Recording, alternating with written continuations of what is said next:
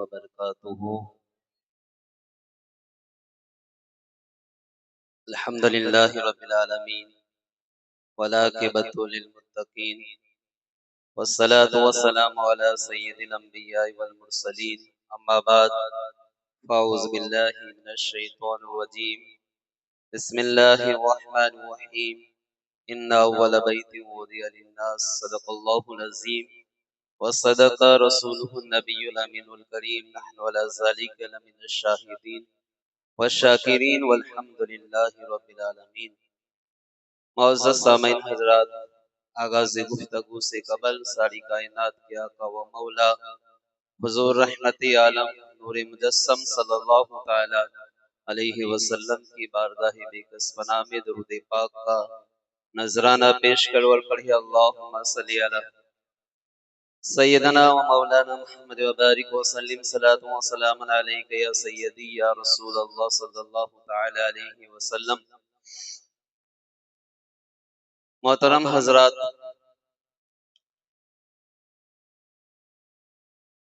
فضائل بیت اللہ کے حوالے سے چند باتیں عرض کرنے کی سعادت حاصل کروں گا. ہمارے آقا صلی اللہ تعالی علیہ وسلم کے دنیا میں تشریف لانے سے سینکڑوں سال پہلے کی بات ہے کہ طبہ ہمیری جو اپنے دور کے عظیم بادشاہ تھے، یہ وہی خوش نصیب ہے کہ جنہوں نے اپنے علماء کی زبانی سرور کائنات صلی اللہ تعالی علیہ وسلم کا ذکر خیر سنا تو آپ پر ایمان بھی لائے اور حضور کے نام ایک خط بھی لکھا جو نسل در نسل حضرت ایوب انصاری رضی اللہ تعالیٰ عنہ کے پاس پہنچا. پھر وہ خط سرکار علیہ السلام کی خدمت میں پیش کیا گیا تو پیارے آقا نے طبہ ہمیری کی تعریف فرمائی. خیر، طبہ ہمیری پوری دنیا کے بادشاہ تھے. ان کے ایمان لانے سے پہلے کی بات ہے، ایک دن ان کو خیال آیا کہ زمین کی سیر کرنی چاہیے اور دیکھنا چاہیے کہ لوگ کس حال میں ہیں. چنانچہ یہ شاہی جاہو جلال کے ساتھ سفر پر روانہ ہوئے. اب بادشاہ سلامت کا لشکر جس شہر میں پہنچتا اس شہر کے لوگ آگے بڑھ کر استقبال کرتے، احترام بجا لاتے، خدمت کرتے. بادشاہ سلامت ہر شہر سے علماء کو اپنے ساتھ لیتے اور آگے روانہ ہو جاتے. یوں کرتے کرتے تقریباً 1,00,000 علماء بادشاہ کے ساتھ ہو گئے. بادشاہ سلامت سفر کرتے کرتے مکہ مکرمہ پہنچے تو یہاں کا معاملہ دوسرے شہروں سے مختلف تھا. طبہ ہمیری جس شہر میں جاتے تھے لوگ استقبال کرتے تھے، احترام بجا لاتے تھے، لیکن مکہ والوں نے نہ استقبال کیا نہ عزت و احترام بجا لائے. یہ دیکھ کر بادشاہ کو بہت غصہ آیا. اس نے اپنے وزیر کو بلا کر اپنے غصے کا اظہار کیا. وزیر نے بتایا کہ بادشاہ سلامت مکہ مکرمہ میں ایک گھر ہے جسے یہ لوگ بیت اللہ کہتے ہیں. یہ لوگ صرف اسی گھر کی عزت کرتے ہیں، صرف اسی کا احترام کرتے ہیں. یہ سن کر بادشاہ کو اور غصہ آیا اور اس نے حکم دیا کہ فوراً اس گھر کو گرا دیا جائے، یہاں کے لوگوں کو قتل کر دیا جائے. جیسے ہی بادشاہ نے یہ حکم دیا اسی وقت اس کے سر میں درد شروع ہو گیا اور ساتھ ہی آنکھوں سے، ناک سے، منہ سے ایسا بدبودار پانی بہنا شروع ہو گیا کہ کوئی بھی شخص بادشاہ کے پاس ایک سیکنڈ کے لیے ٹھہر نہیں سکتا تھا. بادشاہ کی یہ حالت دیکھ کر طبیبوں کو علاج کا حکم ہوا. حکیم اور طبیب باری باری کوشش کرنے لگے، مگر بادشاہ کا مرض سمجھنا اور اس کا علاج کرنا یہ دور کی بات، کوئی بادشاہ کے قریب ٹھہر نہیں پا رہا تھا۔ آخر طبیبوں نے کہا ہم تو زمینی بیماریوں کا علاج کرتے ہیں، آسمانی مرض کا علاج تو ہمارے پاس بھی نہیں۔ بادشاہ بہت تکلیف میں تھا، کوئی علاج نہیں بن پا رہا تھا۔ اسی حالت میں رات ہو گئی تو ایک عالم صاحب وزیر کے پاس آئے اور کہا کہ میں کچھ سوال پوچھوں گا، اگر بادشاہ صحیح جواب دے دے تو میں علاج کر سکتا ہوں۔ یہ سن کر وزیر بہت خوش ہوا اور عالم صاحب کو لے کر بادشاہ کے پاس پہنچا۔ عالم صاحب نے کہا کہ بادشاہ سلامت، کیا آپ نے بیت اللہ شریف کو نقصان پہنچانے کا کوئی ارادہ کیا تھا؟ بادشاہ نے کہا کہ ہاں ایسا ہی ہے۔ عالم صاحب بولے اسی وجہ سے آپ کو یہ بیماری لگ گئی ہے، کیونکہ اس گھر کا مالک دلوں کے راز بھی جانتا تھا، لہٰذا آپ اس ارادے سے باز آ جائیے اور اس گھر اور اس کے خدام کے ساتھ نیکی اور بھلائی کا ارادہ کیجیے، اگر آپ ایسا کریں گے تو شفا ہو جائے گی۔ چنانچہ بادشاہ نے ارادہ بدل لیا اور بیت اللہ شریف اور اہل مکہ کے ساتھ نیکی اور بھلائی کا ارادہ کیا۔ بس ارادہ کرنے کی دیر تھی کہ اسی وقت بادشاہ کو شفا نصیب ہو گئی۔ اس وقت تبہ ہمیری نے کلمہ پڑھا، مسلمان ہوا اور کعبہ شریف پر 7 قیمتی غلاف چڑھا۔ تبہ ہمیری یہ پہلا شخص ہے جس نے خانہ کعبہ پر غلاف چڑھایا، پھر یہیں سے غلاف کا سلسلہ شروع ہوا۔ محترم حضرات، اس واقعے سے 2 باتیں ہمیں سمجھ میں آتی ہے۔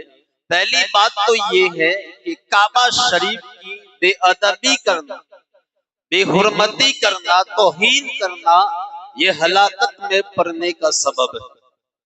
غور کیجئے، تبہ ہمیری نے یا ہمیری نے ابھی کوئی نقصان نہیں پہنچایا، صرف ارادہ کیا تھا تو اللہ کا غضب اس پر نازل ہو گیا۔ اسی طرح ابرہہ نامی بادشاہ، مشہور واقعہ ہے کہ ہاتھیوں کی فوج لے کر کعبہ شریف کو گرانے آیا، مگر وہ اللہ کی قدرتوں کو نہیں جانتا تھا۔ اللہ تعالیٰ نے چھوٹے چھوٹے پرندوں کے ذریعے اسے ہلاک کر دیا۔ سورہ فیل میں پورا واقعہ موجود ہے۔ تو یاد رکھو، گناہ ہر جگہ گناہ، البتہ حرم پاک میں کعبہ شریف کے روبرو گناہ کرنا صرف گناہ ہی نہیں بلکہ یہ کعبہ شریف کی بے ادبی بھی ہے۔ اس لیے حرم پاک میں خصوصاً گناہوں سے بچنا یہ لازم ہے۔ دور جاہلیت میں ایک شخص تھا، اس کا نام اصاف تھا، اور نائلہ نامی ایک عورت اور یہ اصاف نامی شخص نے عین کعبہ کے اندر بدکاری کی تو اسی وقت یہ دونوں پتھر بن گئے۔ دور جاہلیت کا ہی واقعہ کہ ایک مرد اور عورت طواف کر رہے تھے، انہوں نے گندی نیت سے اپنا جسم ایک دوسرے کے ساتھ مس کیا تو اسی وقت اللہ کا غضب نازل ہوا اور دونوں آپس میں مل گئے۔ اب وہاں سے بھاگے، راستے میں ایک بوڑھے شخص سے ملاقات ہوئی تو اس بوڑھے کو جب ان کی حرکت کا پتہ چلا تو اس نے کہا کہ جہاں سے بھاگے ہو وہیں واپس جاؤ، سچے دل سے توبہ کرو تو اللہ تعالیٰ تمہیں نجات دے گا۔ یہ دونوں واپس کعبے کے پاس آئے، سچی توبہ کی اور پکا ارادہ کیا کہ آئندہ ایسی گندی حرکت نہیں کریں گے۔ اسی وقت اللہ تعالیٰ نے نجات عطا فرمائی۔ محترم حضرات، ہر جگہ گناہ سے بچنا ضروری ہے، البتہ حرم پاک میں گناہوں سے بچنا بہت زیادہ ضروری ہے۔ اور اسی واقعے سے دوسری بات یہ سمجھ میں آئی کہ کعبہ شریف وہ برکت والا مقام ہے کہ اس کا ادب و احترام کرنے کی برکت سے بیماریوں سے شفا نصیب ہوتی ہے۔ علماء کرام فرماتے ہیں کہ کعبہ شریف کی برکتوں میں سے ایک برکت یہ ہے کہ پرندے اس کے ادب کہ پیش نظر اوپر سے نہیں گزرتے. کبھی کوئی پرندہ کعبے کی چھت پر یا اس کی دیواروں پر نہیں بیٹھتا. ہاں جو پرندہ بیمار ہوتا ہے وہ کعبے کی چھت پر بیٹھتا ہے یا اس پر سے گزر جاتا ہے تو اسے شفا مل جاتی ہے. کعبہ شریف کی بہت ساری خصوصیات ہے. اللہ تعالیٰ فرماتا ہے وَإِذْ جَعَلْنَا الْبَيْتَ مَثَابَةً لِلنَّاسِ وَأَمْنًا کہ ہم نے اس گھر کو لوگوں کے لیے مرجع اور امان بنایا. اس آیت کریمہ میں کعبہ شریف کی دو خصوصیات بیان ہیں. ایک تو یہ کہ کعبہ شریف لوگوں کے لیے مرجع یعنی لوٹنے کا مقام، اور دوسری خصوصیت یہ ہے کہ کعبہ شریف یہ امن کی جگہ. پوری دنیا سے لوگ وہاں جاتے ہیں. وہ انبیاء کرام جن کی قوموں پر عذاب نازل ہوا، وہ انبیاء کرام اپنی قوم کی ہلاکت کے بعد یہاں تشریف لے آتے اور آخر تک یہیں پر تشریف فرما رہتے تھے.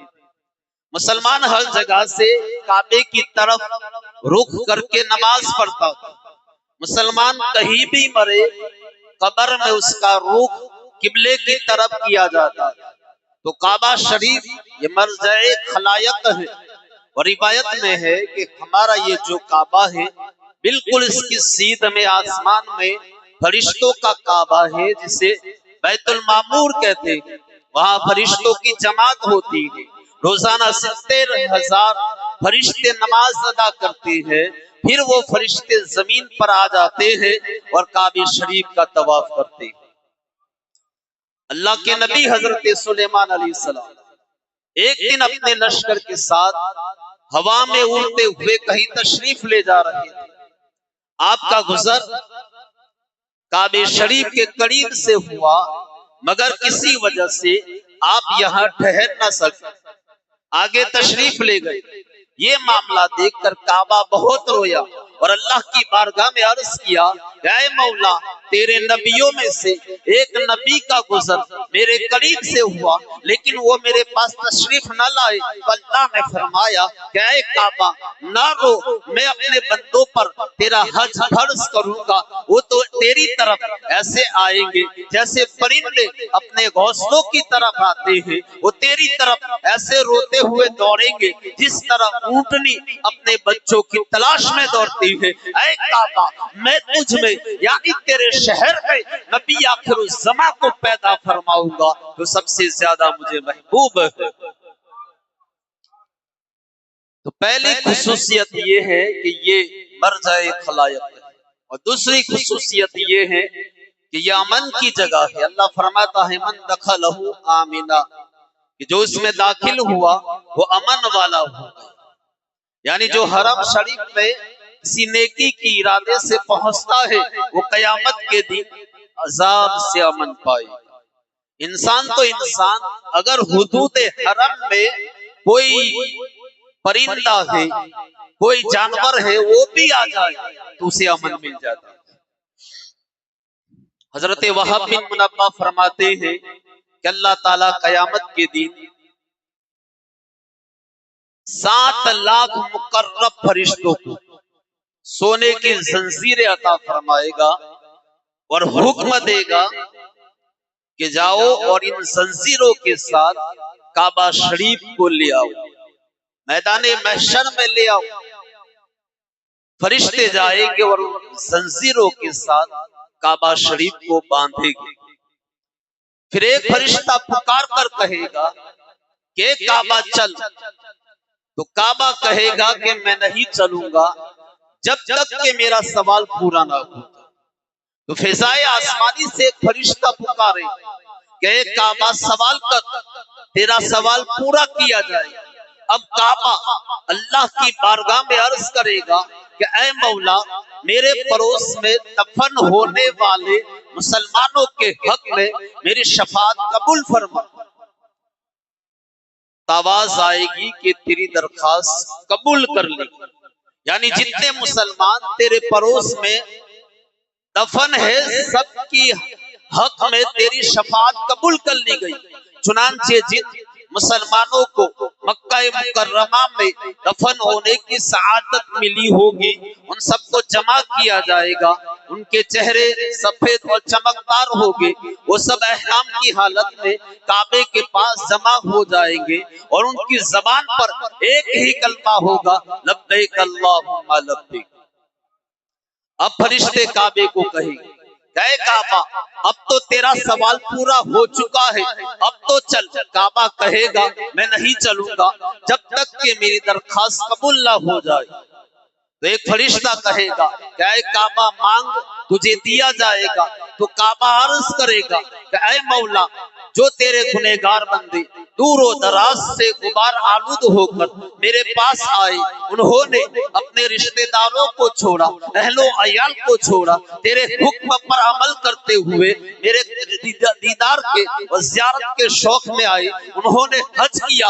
اے اللہ ان حاجیوں کے حق میں بھی میری شفاعت قبول فرما اور انہیں قیامت کی گھبراہٹ سے امان عطا فرما, میرے گرد جمع فرما دے. اللہ فرمائے گا کہ اے کعبہ میں نے ان کے حق میں بھی تیری شفاعت قبول کر لی ہے. پھر ایک فرشتہ اعلان کرے گا کہ جس نے کعبے کی زیارت کی ہوگی وہ دیگر لوگوں سے الگ ہو جائے. اب جس نے کعبے کی زیارت کی ہوگی, جس نے حج کیا ہوگا یا عمرہ کیا ہوگا, کعبے کی زیارت سے مشرف ہوا ہوگا, وہ سب کے سب الگ ہو کر کعبے کے گرد جمع ہو جائیں گے اور ان کے چہرے سفید ہوگے. وہ جہنم سے بے خوف ہو کر کعبے کا طواف کر رہے ہوگے اور ان کی زبانوں پر ایک ہی کلمہ ہوگا لبیک اللہم لبیک.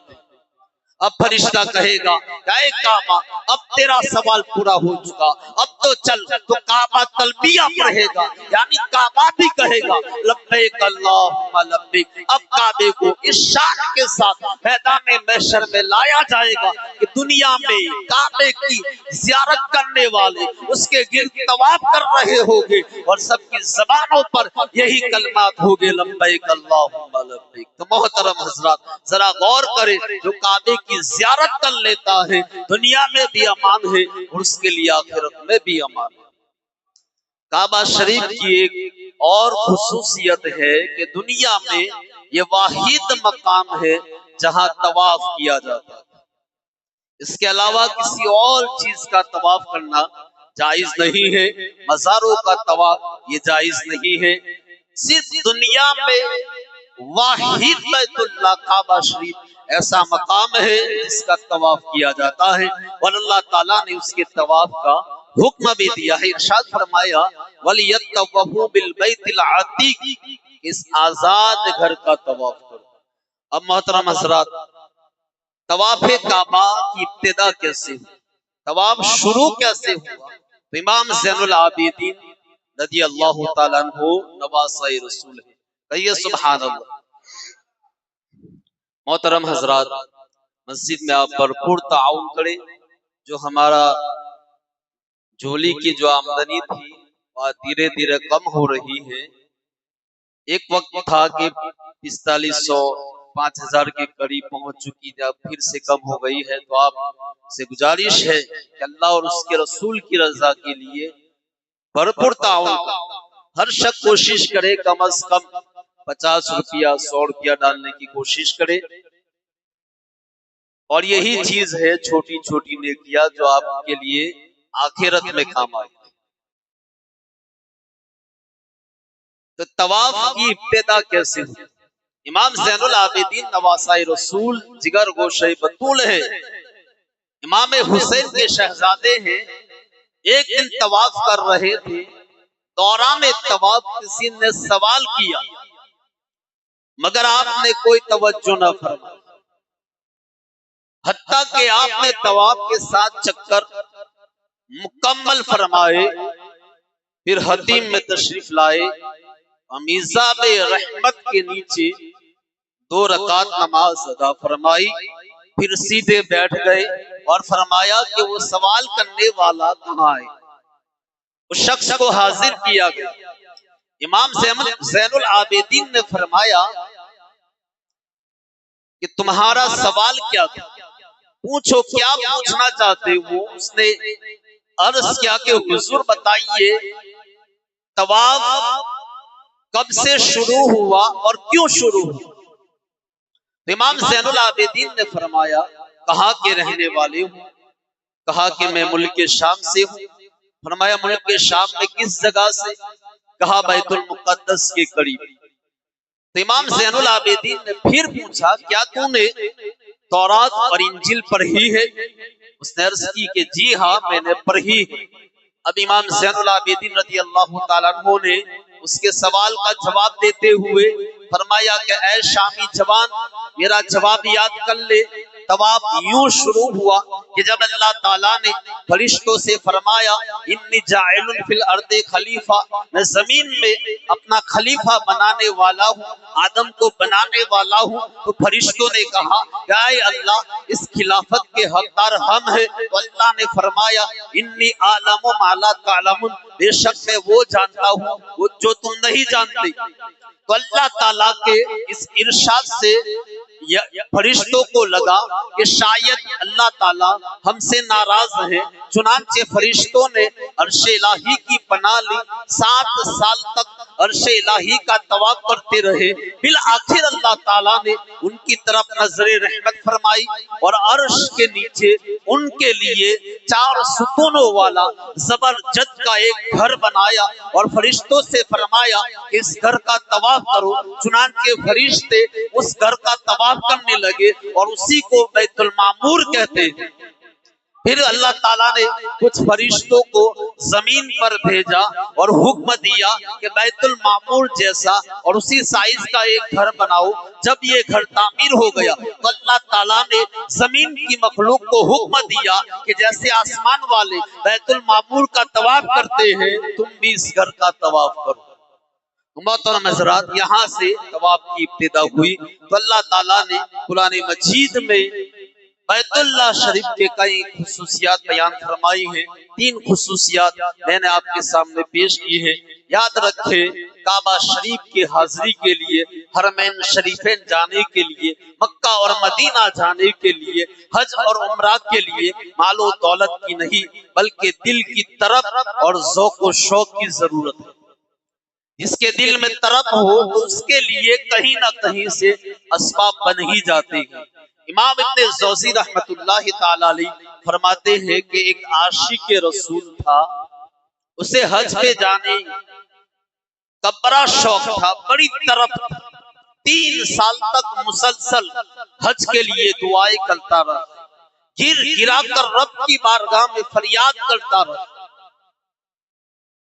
لیکن اس کے دل کی حسرت پوری نہیں۔ 4تھے سال حج کا موسم تھا، دل میں حرمین شریفین پہنچنے کا اور کعبہ شریف کی زیارت کا شوق پروان چڑھا۔ اس نے طرف طرف کر دعائیں کی، اب کی بار اس پر کرم ہو ہی گیا۔ چنانچہ ایک رات یہ سویا تو اس کی سوئی ہوئی قسمت جاگ اٹھی، آنکھیں بند ہوئی، دل کی آنکھیں کھل گئی۔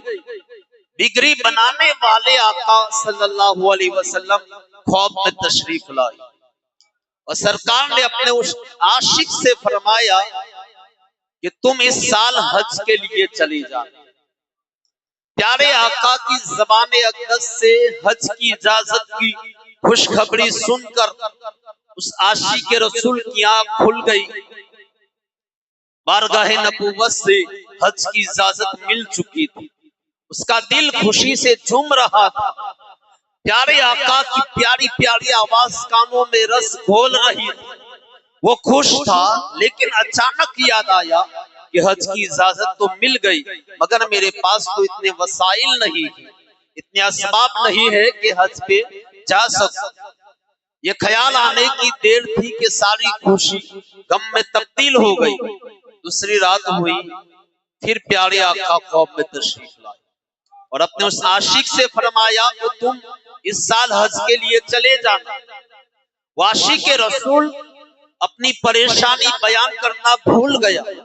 تیسری رات پھر کرم ہوا، پھر پیارے آقا تشریف لائے اور فرمایا کہ اس سال حج کے لیے چلے جانا۔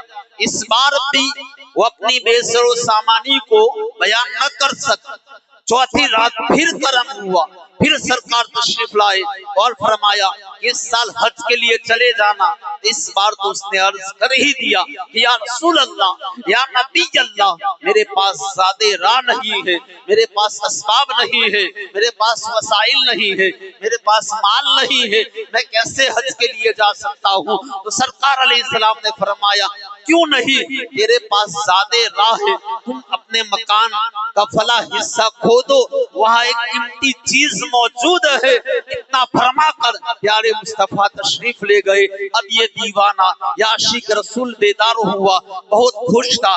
نماز فجر ادا کرنے کے بعد حضور کی بتائی ہوئی جگہ سے کھودنا شروع کیا، وہ قیمتی چیز برآمد ہوتی ہے۔ اب اس نے اس چیز کو بیچا اور حج کے لیے روانہ ہو گیا۔ جسے چاہا در پہ بلا لیا، جسے چاہا اپنا بنا لیا۔ یہ بڑے کرم کے ہیں فیصلے، یہ بڑے نصیب کی بات ہے۔ وآخر دعوانا الحمدللہ رب